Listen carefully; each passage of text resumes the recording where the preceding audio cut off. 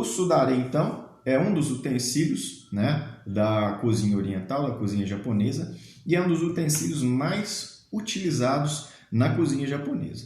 E, falando diretamente, já entrando no nosso assunto, nós temos esse sudare aqui que eu tenho em minhas mãos. Primeiro, a gente pode chamar essa esteirinha, né, tanto de sudare quanto de matsu, né? Sudare ou matsu, é a mesma coisa. Ou esteirinha de fazer sushi, também pode ser, né? A gente está no Brasil. Mas os nomes corretos são sudare e matsu, e é um dos utensílios mais utilizados na cozinha japonesa. Existem alguns tipos. Os dois principais são o sudare de bambu, que é esse aqui que eu tenho em minhas mãos, ok? Ele é feito com varetas de bambu e a gente vê aqui umas linhas, né? São linhas de lã utilizadas para manter essas varetas de bambu unidas. O outro tipo que a gente tem também é o de plástico, né? Ele é do mesmo formato, ele tem a mesma proporção, porém ele é de plástico e aí a gente tem uma variedade enorme de cores. Existem benefícios, né? Existem prós e contras nos dois tipos. Qual é o pró de você trabalhar com sudare de bambu? E a principal vantagem é a mobilidade. Olha só, ele tem uma mobilidade muito maior do que o de plástico. Portanto, esse é o benefício do sudare de bambu.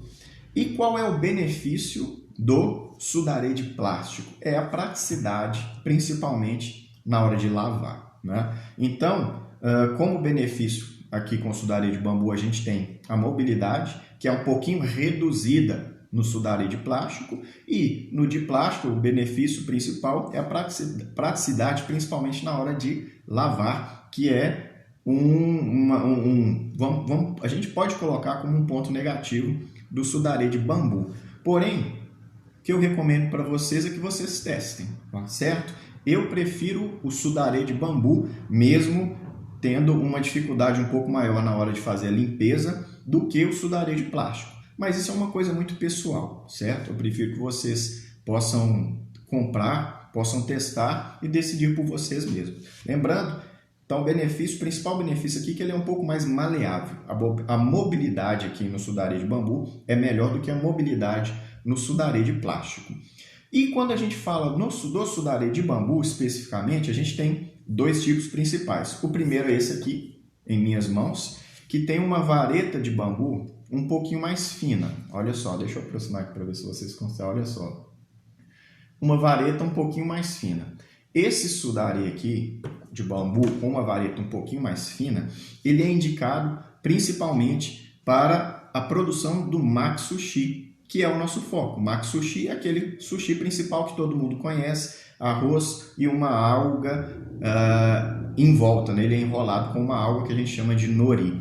Esse aqui é o principal, né? Com a esteirinha um pouco mais fina, é o sudare mais indicado para você fazer maki sushi, certo? E ele também tem um preço muito acessível. Você vai encontrar em supermercados que tem alguma seção de comida japonesa, você vai encontrar facilmente na internet, no Mercado Livre, um preço variando de 10 a 15 reais, certo? Então esse é o primeiro tipo do sudare de bambu, que tem essa vareta aqui um pouquinho mais fina. A gente tem um segundo tipo de sudare, que é também feito de bambu, com varetas de bambu entrelaçadas com fio de lã, mesma coisa, porém a espessura das varetas de bambu é um pouco maior, quase 2 varetas dessa, né? Então, o outro tipo tem uma vareta de bambu um pouco mais espessa. Qual que é a complicação? É muito difícil de achar. Eu ainda não consegui encontrar para comprar, né? E assim como é mais difícil, também é um pouquinho mais caro, mas não tanta coisa.